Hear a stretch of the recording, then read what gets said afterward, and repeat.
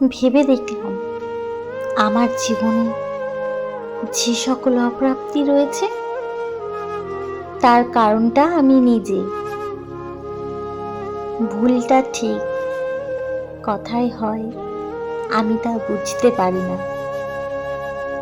শুধু একটা সময়ের পর বুঝি ভুল করেছি। আমি আজীবন সঠিক সিদ্ধান্ত ভুল জায়গায় নিয়েছি,